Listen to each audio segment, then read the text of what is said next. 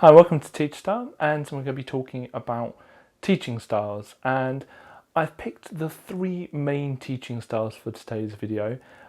Probably in the comment section there's going to be lots of discussion about other teaching styles, but for me these are the main ones I wanted to discuss today, and for me everything else is a subsect of these, perhaps. We shall see. So the first style I want to talk about is chalk and talk teaching. And this basically describes a teacher who is up at the board for most, if not all, the lesson and just talking about their subject. And they could be very knowledgeable, they could be not very knowledgeable at all, but whatever happens, they are standing at the front and the students are listening to them. The benefit of this is that this disseminates the most information that you can give. Like, this transmits the most information to the students. So if you're in a subject that relies on a lot of information needing to be delivered quickly, or if your lesson demands it, it's amazing. It's the best you can do. But always wait for the but. But some may say, in fact, a lot of people would say, that retention is not great with most classes with this style. There's a reason why universities and some higher retaining schools pick this strategy almost exclusively, yet this strategy does not work for lower able students, mid-able students, and even a lot of high able students. That doesn't make no sense. But there's a reason this doesn't work with low ability students, mid ability students, and even a lot of high ability students. It's too much. It's too much information. There's no reason to retain something, and unless someone's got a memory that just works in that way, a lot of people will switch off. If you try chalk and talk, you might find that classes are not very well behaved, and you might blame them and think, oh, they're just not behaving themselves. I want to stand here for 60 minutes and talk about my subject, and they get bored after 10 minutes. An interesting thing that was shared with me in my training was that these students have grown up with TV and, I suppose, YouTube. Now, TV has advert breaks, on ITV and Channel 4 and those ones, and Sky and stuff like that. I think it's 13 minutes, well, say quarter of an hour. So every quarter of an hour they have an advert break, so they can think about something else, and then they can go back to the program, or probably sit on their phones or whatever, and then go back to the program. So they have little breaks built in. They're not used to sitting there for an hour and concentrate. Now, there are some mediums like films, which obviously are an hour and a half, but even films, when you look at them, they're not just action the whole time. They have kind of lull periods of dialogue, and then big explosions, and then sort of scenes where nothing happens, and they have a flow to them, so that it's not just all the time dialogue or all the time explosions. And I think our lessons need to reflect that. And I really don't think that standing in front of most classes for an hour just talking at them ever really does that much. Now, you might say to someone, how did that lesson go? Oh, I taught them everything. And you might find out they learnt nothing. However, there are some subjects you have to do that for. Say, maths, for instance, you have to show them, how to physically do it. French, for instance, or Spanish, or any MFL, you have to show them the grammar of it. You can't do that in a different way necessarily. And you might argue in the comments and go, actually, you can do it this way. Brilliant. But there are some things that you just need to teach them, and you need them to sit and face the front. I would say that you should never talk from the front, from a chalk and talk perspective, for more than 10 minutes. I would never ever talk for more than 10 minutes. Now, someone sitting there with a stopwatch might say that I go to 11 minutes, 12 minutes, even 15 minutes sometimes, but my rule in myself is no more than 10 minutes, because they will switch off. And if you've got a class that are poorly behaved, try cutting down the amount of time you're at the front teaching, and try and find other strategies. Chalk and talk is important. It is important that you are standing up the front delivering your lessons, because it's a control thing. It's your classroom, you're in control. But I would say not for the full lesson necessarily. And I'm assuming lessons are 60 minutes. They're not. They're 50 minutes, they're an hour and a half, sometimes even half an hour, I've heard some schools do. But You get the point. The second of the three teaching styles that I'm going to talk about is the kind of group work style. Now, this sounds amazing. Group work is very modern. In fact, it's modern every sort of 5 to 10 years when we go through the cycle of moderny. But it's an amazing tool because it allows discussion, it allows debate, it allows dissemination of information between different students. So as a teacher, you can have 6 different lessons going on around your classroom, and you don't have to do anything other than just monitor that the groups are focused. So it's a great way of getting students to discuss ideas. If done well, they can retain a lot more information from their peers. I don't know the exact percentages, but say they learn 40% of the stuff you teach them, but they learn 70% of the stuff they try and teach someone else. I think those are the statistics. Look them up, maybe. I don't know where you'd look them up. Can't even remember the name of the study. But anyway. So there's an obvious advantage, an obvious gain that can be had by them teaching each other and working as a group. It's a fantastic, fantastic way of teaching them. The downsides, so I didn't use but the downsides are, if done badly, it is really bad, and it can go really badly. If you haven't put the right people together in each group, they can get distracted, and you haven't identified it and haven't stood there next to them and made sure they're focused. And as a teacher, if you don't go around checking that everyone's on task, it can go badly. If the students don't have enough information about the subject to start with, then what do they discuss? For instance, if you're a music teacher talking about the different types of note, I don't know if that's a thing, and they have no idea about how to write music at all, they've never learnt it, this is their first lesson, and you say, right, discuss the different types of notes, discuss the different types of note, I don't know.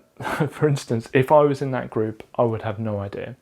And if everyone else in my group has no idea, what are we doing? We're not getting any information from that discussion.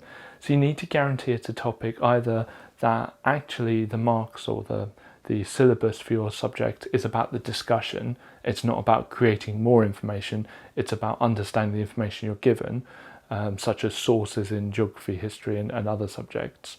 Or that you've taught them first and you've used that 10 minutes at the start to teach them the stuff, and then they can discuss how to use it and how to apply it.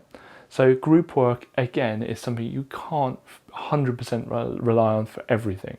I don't think schools that promote just group work are that successful. And please feel free to type in the comments if you're in a school that only do group work and you found a way of getting past that. And I know there's resource sheets you can give them that give them the information, but I still think that they all need to focus on the teacher at some point to get some kind of information from it.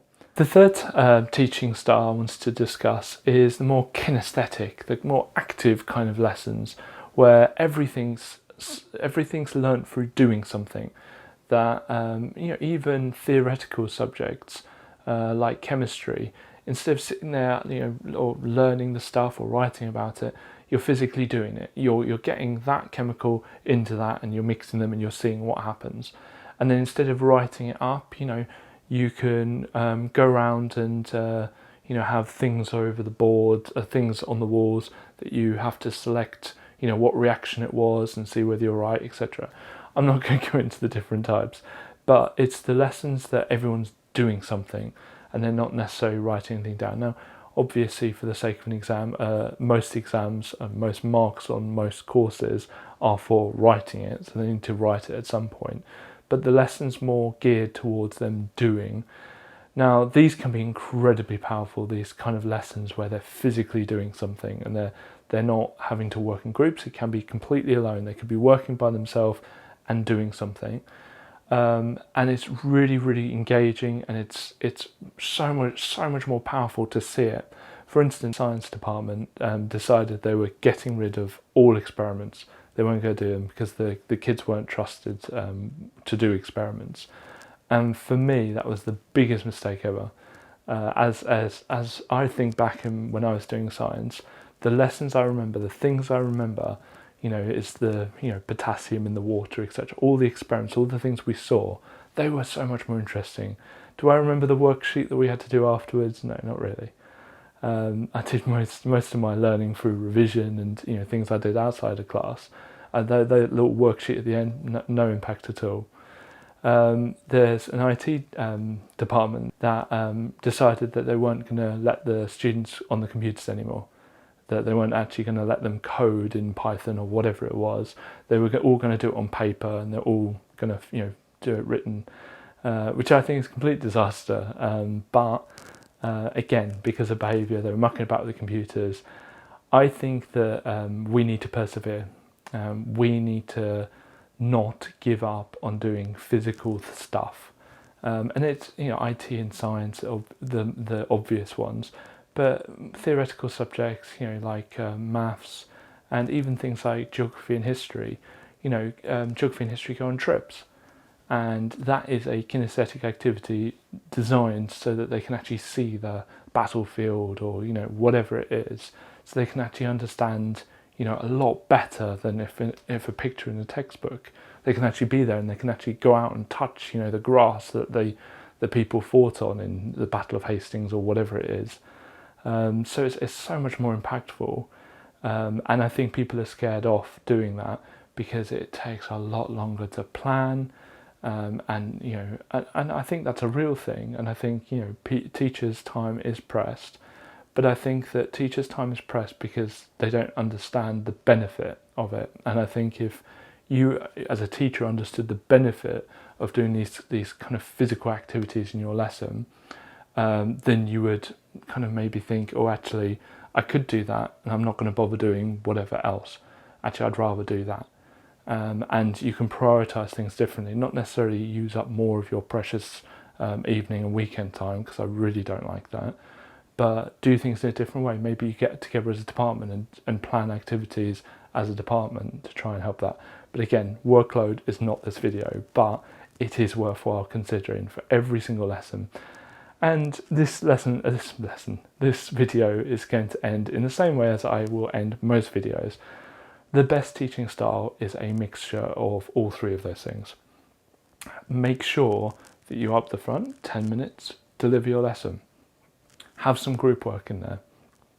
But also, if you have an opportunity to do something physically, and sometimes you can kind of jerry-rig this, sometimes you can have questions written down on a piece of paper, but the answers are up on the wall, and the students need to go over to the answer, right, guys, question 1, everyone stay seated, but as soon as you've got an answer, I want you to put your hand up. When everyone's got their hand up, I want you to walk over to that answer. Just get them out of their chairs. I know that that's kind of pseudo-kinesthetic because it's just getting them to move. It's not actually teaching them anything in the movement, but actually doing something physical, whatever, even if it's unrelated to the thing you're trying to teach them, is still helping their attention in some way. I have no sources to back that up. I'm just going to say it. Well, I hope that was a helpful video, and please do litter the comment section with other teaching styles you think I should have included. The one I'm going to talk about next week, which is a subsection of this, is flipped learning, because I absolutely love flipped learning. So I will discuss that in a video next week, and I'm going to be probably talk about all these teaching styles in the weeks going forward. If you like this video and you found it helpful, please click like. If you want to see more from us, we release videos Monday, Tuesday, Wednesday, Thursday and Friday at 5 o'clock, 5 UK time. My face probably went blurry because I've got the autofocus on. 5 o'clock PM UK time. Please click subscribe, and there's a bell thing that apparently you need to click to make sure it goes on your YouTube inbox, if that makes any sense. Thank you very much for watching.